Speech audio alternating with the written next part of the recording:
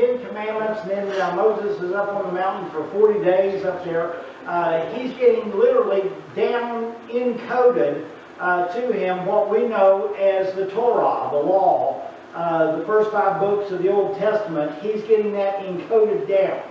And he's got that sort of in his head during those 40 days. God's putting that, literally in his head. Then they move up to Kadesh Barnea up here, or if you depend if you went to grad school, it's Kadesh Barnea. Okay? You take a lot of money to learn how to pronounce it. Here we go. On Kadesh Barnea. And from there, they're going to send out 12 spies. Now, 12 spies are not an idea of whether we go, it's how we go. That's really the point that they were trying to make. And the idea is that they go out, they come back, and then you're going to have a report, 10 saying, no, we can't take the land, they're too powerful. They've been there 400 years, literally. Okay, we're not going to be able to do it. And then you're going to have the minority report. Joshua and Caleb says, yes, they're holed up, yes, they're big and all that, but God, who brought us through the Red Sea not more than a month ago, can do this kind of thing. He can do that, he can do that. They believe the majority report. And literally, for 40 years, you're going to have the children of Israel going all over pretty much the map up there. They're all over the place, especially in the land of Midian, back and forth. What I want you to realize is that God is merciful and God is just, but also God trains us and He leads us where He wants us to go. And the biggest thing I want you to realize is Moses grew up in the flatlands of beautiful, best agricultural area probably in the world. We may in our bread basket have somewhat of that land, but this delta area here, still today, you can grow anything. I mean, you can be a horrible, agricultural person like me and still grow something there. Okay?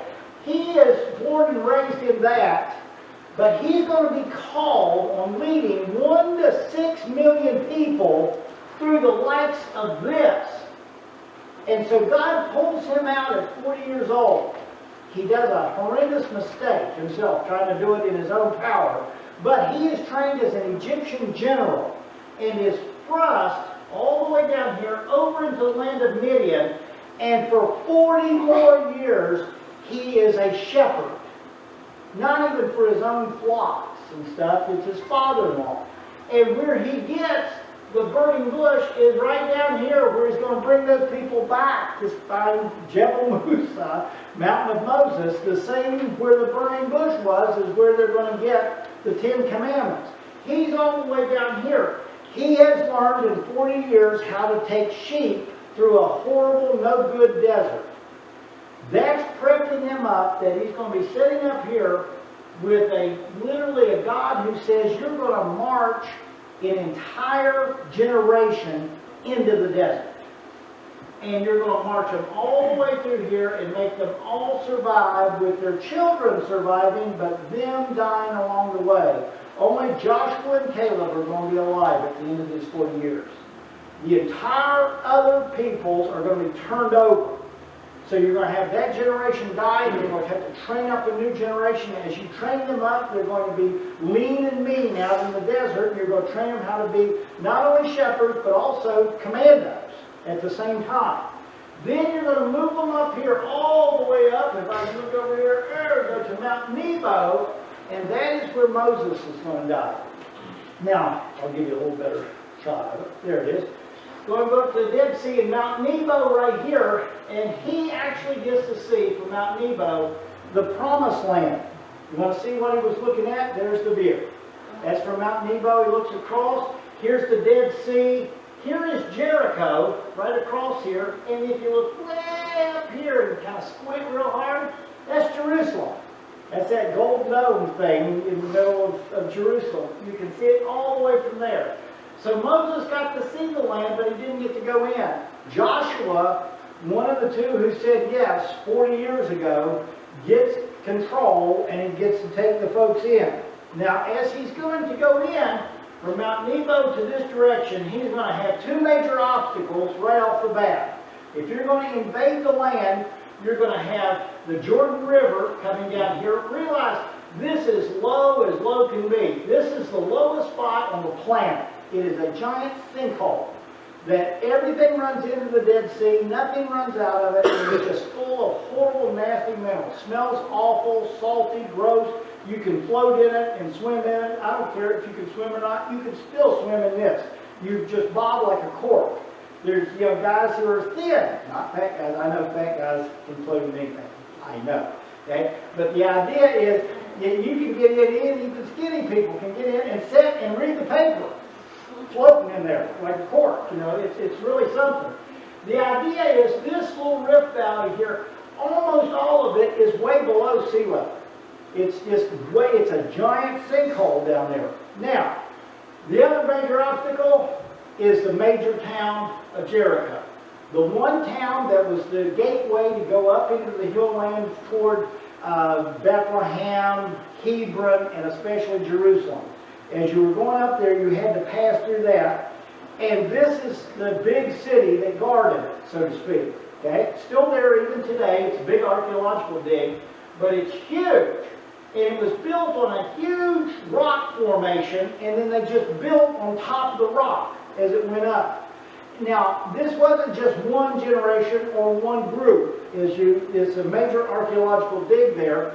And on top of the rock structure, you're going to see there are tons of different groups of people who have built, defeated that group, crushed their stuff, made it the foundation for the new group. They built, they crushed stuff, and then they built on top of that. It's kind of like coral. It's like on top of dead folks.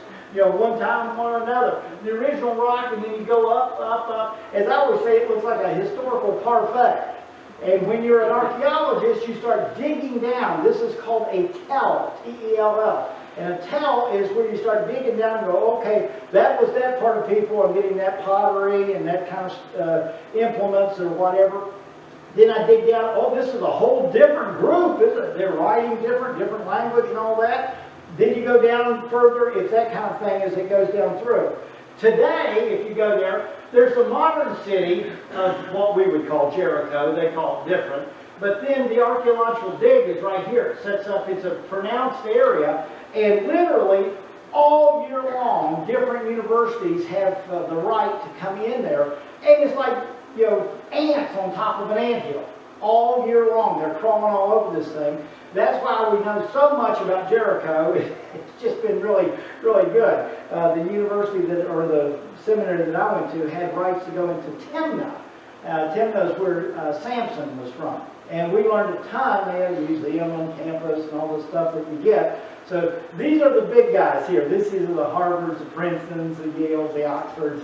They get to play on the big league up here with Jericho. And they've been doing this for years and years. So we know a ton. Dr. Brown is one of the major archaeologists that have worked with this. He's shown you some of the footers of the original walls of Jericho. Okay, they're still there. The walls are. In fact, if you want to see a section of it, his foot is on it. That foot that is setting up on it.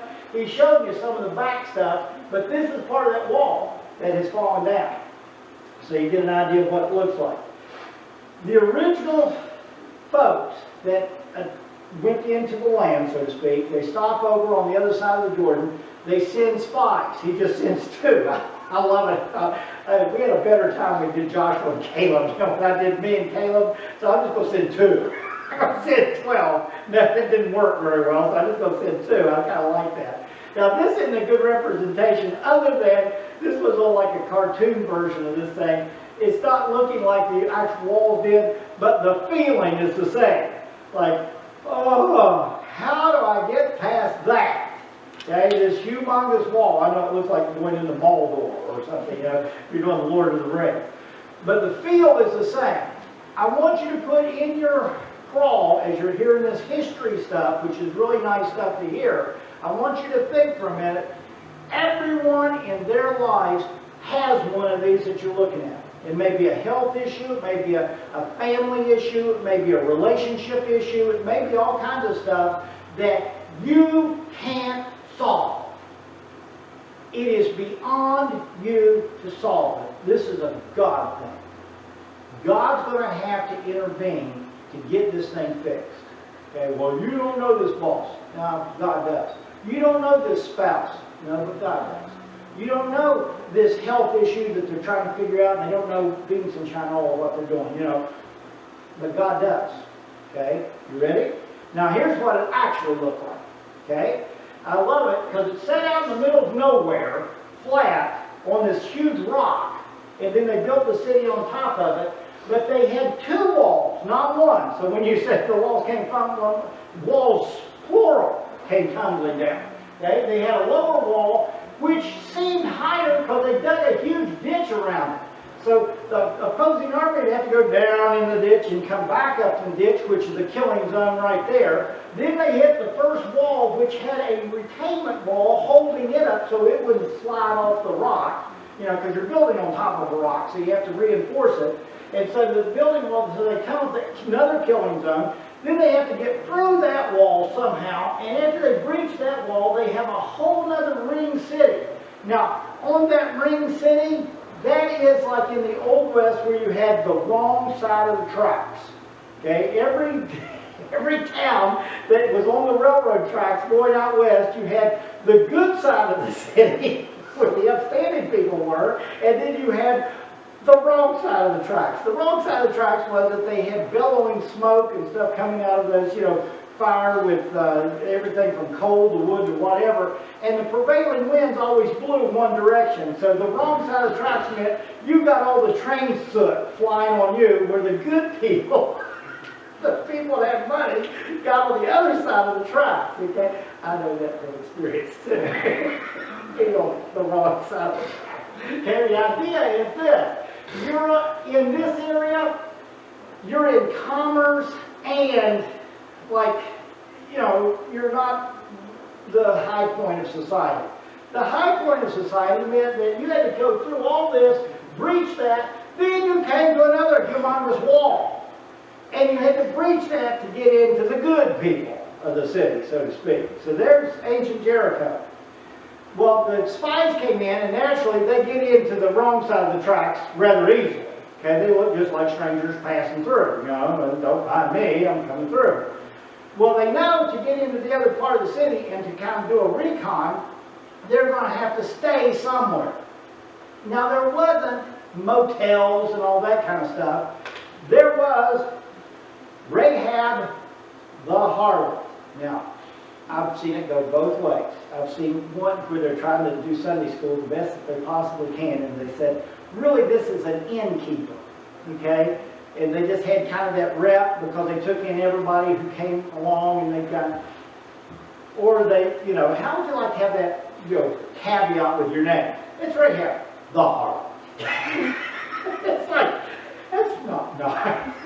There we go. Either way, this lady took these guys in, okay? They have a great front because a lot of people went in there, okay? And they stayed. So the idea was, this is a great place for them to stay. She hides them out and literally saves their lives when people are looking for them. I know there's spies in here, and I know it's that group that is gathering over, because you can still see it. They can see the other direction toward Nebo. It's hard to disguise 1 million people out on the desert. They see them over there. Okay? Okay, they've got spies in here, and she literally puts them out over the wall herself and says, when you guys invade here, remember me. Remember my household. They said, we will. Here's the sign. I want you to hold a scarlet rope out your window. And you could do a whole sermon on that, with the scarlet hanging down from a window, so to speak, with a cross. But the idea is the scarlet rope will be our sign that we're not going to attack your house. Okay? The same idea as Passover. You can do a whole bunch with it. I've heard it go a long ways. So if you want a good schematic of what the walls look like, here it was. You had to go down in the ditch, go up over a wall, then you had that earthen embankment where the houses were, where Rahab's house would have been. Then you had to go over another big wall to get in actually the city, so you get an idea of what's going on. This is a great schematic here on what they had to do. they're coming from this area over here, which is the Acacia Grove area. We changed the name because no one liked to say that from the pulpit, and it had another name. This is way more Hebrewish, but we just kind of work with it with Acacia Grove. So just take it that way, okay? It's Acacia Grove over here. Enough said? Okay? All the gray is below sea level, and they would go this direction. What I wanted you to see more than anything else is the Jordan of today isn't the Jordan in ancient times. They have a couple of hydroelectric projects and stuff on this. They regulate the water coming down through that thing, so it's a stream. What it used to be was this part right here, the darker part right there, was the actual normal river. Okay, it was a big river coming down through, and that is called the Zor, means riverbed. Okay, then you had this other part which goes up all the way up here, that once a year during flood stage, the river would hit all that. It went a half mile in each direction. So during flood stage, it's a mile-wide river, and that's called the Gior. The Gior goes out from that and bees out from that. And so this is the flood stage. So there's a mile across to get this. So you know the story. They have to move 1 million people to 6 million people across this. That is where God steps in and says, take the Ark of the Covenant. As soon as your foot hits it, the water starts backing up all the way up here. It starts backing up, and the water drains out, and you walk through on Harabah, as the Hebrew would say, dry land. It means mud.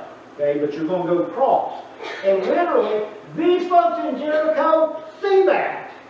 Here comes 6 million folks marching across. There they come. Doop, doop, doop, doop, walk across. They go up north of the city in Gilgal, camp out. 1 million people out there. That's a lot of folks. Okay, if you look at, like Michigan Stadium or something, that's 100,000 folks. 10 times that, stuck out in the middle of the desert. It shows up, folks. It's a huge camp. Ready? Here it comes. Joshua chapter 5. And so it was when the king of the Amorites were on the west side of Jordan, and the king of the Canaanites were by the sea. They heard that the Lord had dried up the waters of Jordan before the children of Israel until they had crossed over, and their hearts melted where they knew there was no spirit in them no longer because of the children of Israel. In other words, what are we going to do with that? A God who can just back up an entire river at flood stage and let these people go across and let it go back. What are we going to do? Okay? So what do they do? It came to pass when Joshua was by Jericho. He's on that side of the river now looking at it like, what do I do with these walls? I've got a ragtag group that's untrained really. We've messed on a couple of kings, but we're not the crack troops it's going to take that thing. And what do? How do we get those walls down? And he lifted up his eyes and looked, and man opposite from him had his sword drawn. That's not a good sign. Okay? It's like lock and load, and they got the safety off. It's not a good sign. It's not a good sign. And Joshua went to him and said, are you for us or our adversary? Whose side are you on? That's what he's asking. You ready? And he says, no, but as the commander of the army of the Lord, I have now come. Now, most folks think this is a theophany or a Christophany, whichever one that you like to use. It is Christ fleshed out on the earth prior to the Bethlehem experience. Okay?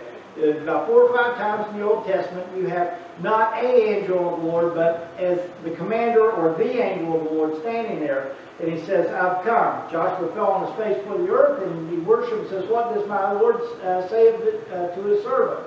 Commander of the Lord's army said, Joshua, take off your shoes off your feet, for the place you stand is holy. Sound familiar? Exactly what was told Moses in front of a burning bush. Okay? I love it. Ready? And Joshua did so. Don't miss that. Joshua's gone 3 or 4 times just plain on obey. You ready? Now, Joshua chapter 6.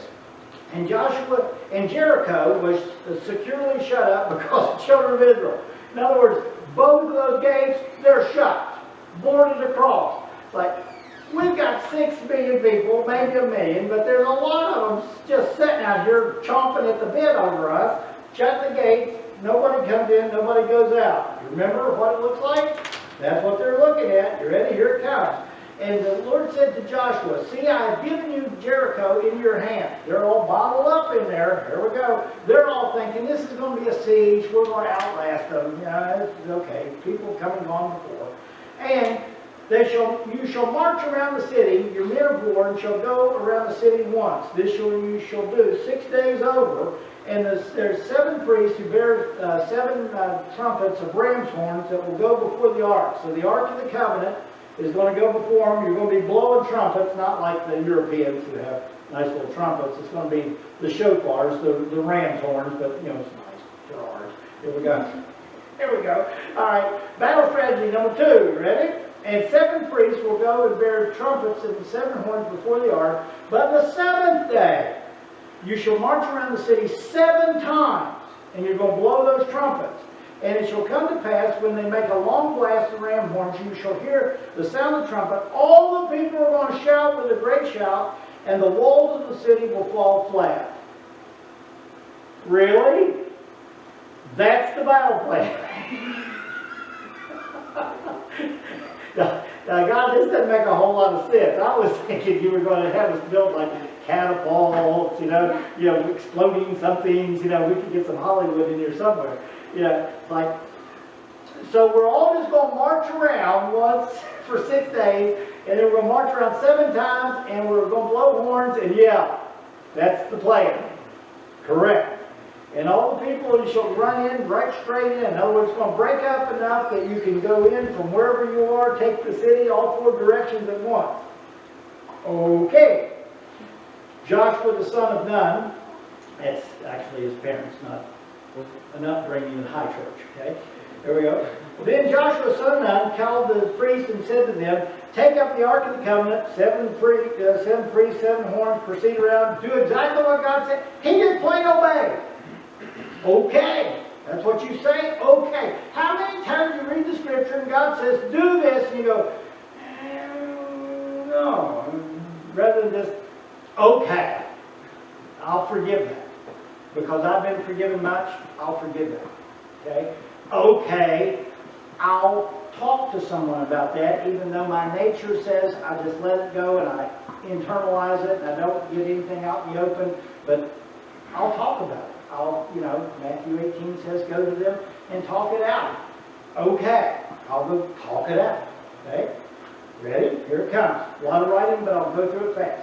And Joshua and the people simply obeyed. Same thing, got all the trumpets together, all those guys together. And he says, this is what you're going to command to do. You shall not shout or make any noise with your voice, nor anything the word proceed out of your mouth until the day when I say shout. That means that's a miracle in itself. You get a whole bunch of, talking men walking around in a big circle like, I'm a jerk, and they're not saying some nasty thing to one another, like, oh, I'm going to hit it. They're all looking down, waving, doing this to the wall or whatever. It's like, okay, don't say anything until I tell you to shout. And so the ark of the Lord circled around once, and they came back, went back to the camp. There you go. 7 times over they do it, okay? Once a day they march around, and then the 7th day they will march around 7 times. Then the priest blew the trumpets, and Joshua said to all the people, shout, for the Lord has given you the city. Okay? It literally, okay, now shout as hard as you can. And you better believe that they were shouting because they've been quiet all week, so let's do it. Okay? Shout for all your work. And the city was doomed for the Lord to destruction, and all who were in it. And only Rahab, the harlot, okay, shall live. And she and all of her house, because she hid the messengers when we sent. So the people shouted, priest blew the trumpets, and it happened, and the wall fell down flat. Now, as a young preacher, and as a young guy way back when, I worked on this. Is this earthquakes? Is it whatever? I've done seismic data and everything else on this. And yes, it's one of the most active places in the world for small earthquakes and big earthquakes and all that. I know all that. God could use an earthquake to knock it down 212, or he could just reach down and knock it down. I don't know. That doesn't worry me anymore. It's nice to get off, okay? God took it down. 2 walls, not 1, 2. Knocked them down flat. period. And the people went in straightway from all over the city, and they utterly destroyed the city. Now get this, and you'll understand a little bit what's happening in the Middle East. Ready? And both man, woman, old, young, ox, sheep, donkey, all died by the edge of the sword. That's war. America, since World War II, has forgotten what war is. We've done police actions and strategic bombings and all that kind of stuff. The Middle East knows what war is. War is, you have one people who's going to destroy another people. And they don't understand. They don't have this Western thing of, oh, we do that strategic thing and we don't offend anybody. They just go wipe everybody out. Boom. That's war. But we look at it and go, that was what war was. Period. They literally blow the horns, the walls fall down. If you want good art and stuff, Raphael, not the Ninja Turtle. Okay? Raphael. Ready? Here we go. Gustav Doré. Okay? This is actually a woodcut, if you can believe that. Pretty good stuff. Okay? Get an idea of all the things that had to fall down, everything all at once. Literally fell down, ran in, took the city. And the young men and the spies ran in and brought out Rahab and her father and mother, brothers, and all that she had. And they were brought out with all the relatives outside the camp of Israel. And they burned the city and all that was in with fire. And by the way, they do have the charred stuff during that era. Pretty good stuff all the way around. And only the gold and silver and the vessels of bronze and irons did they bring out and bring to the treasury of the Lord. The rest of it's wasted. Because there's a message being sent. We've come home. Yeah, we've been gone 400 years. God's giving us this land back. It is our promised land. They're taking it back. And literally, it looked like a war zone. Period. They took it over. And only Joshua, his troops, all those guys, and Rahab, the harlot. Okay? Now, Joshua spared Rahab, the harlot. That was pretty. Okay? And her father's household and all that she had, so that she dwells in Israel to this day. Whenever Joshua wrote this, she's still alive and still living there. Okay? Because she hid the messengers that Joshua had sent into Jericho. Rahab the harlot. Yikes. What a way to be known through the centuries. But is she known that way through the centuries? How many of you have a caveat on your name? I grew up in the hills of West Virginia, adopted, and I had a caveat on my name. I was Kip Myers' adopted son. All my cousins and stuff were just, they got their name. But I was Kip Myers' adopted son. I got used to the little caveat. Yeah, I'm the adopted son. Which meant you were about 3/4 of the person. You weren't the full person. But yeah, you got to hang around just because your dad's aura kind of went over on it. Rahab the harlot. Whether that's an innkeeper or she really deserved the title. Rahab the harlot. You ready? Matthew chapter 1 of the New Testament. The book of the genealogy of Jesus Christ, the Son of God, son of Abraham. Ready? Abraham begat Isaac. Isaac begat Jacob. Jacob begat Judah and his brothers. Goes down the run. And Salmon, not Samuel, Salmon on this one, okay, begat Boaz by Rahab. No harlot. That's grace. That the genealogy coming through Joseph, I love it at the bottom, that David the king will bring that up during Christmas time. Joseph, the husband of Mary, not the father of Jesus, the husband of Mary, of whom was born Jesus, who is called the Christ. Rahab the harlot is now Rahab in the genealogy of the Lord Jesus Christ. That's grace. And every one of us who have a caveat on our name knows what it means to have grace. Getting something you don't deserve because God loves you so much. A sinner saved by grace. None of us deserve God's love. None of us deserve heaven. But He's put it out as a free gift. Most of you guys have already accepted that as Savior and Lord of your life.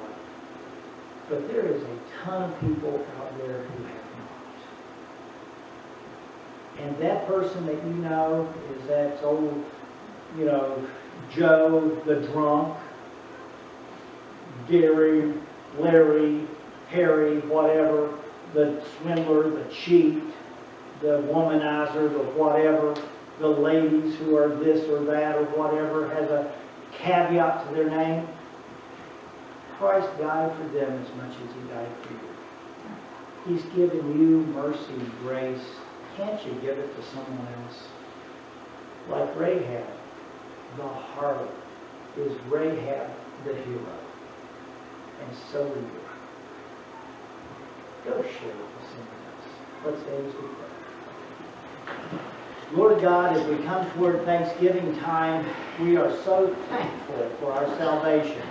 Father, none of us deserve your love, nor your death on a cross, nor your intermediary for us right now.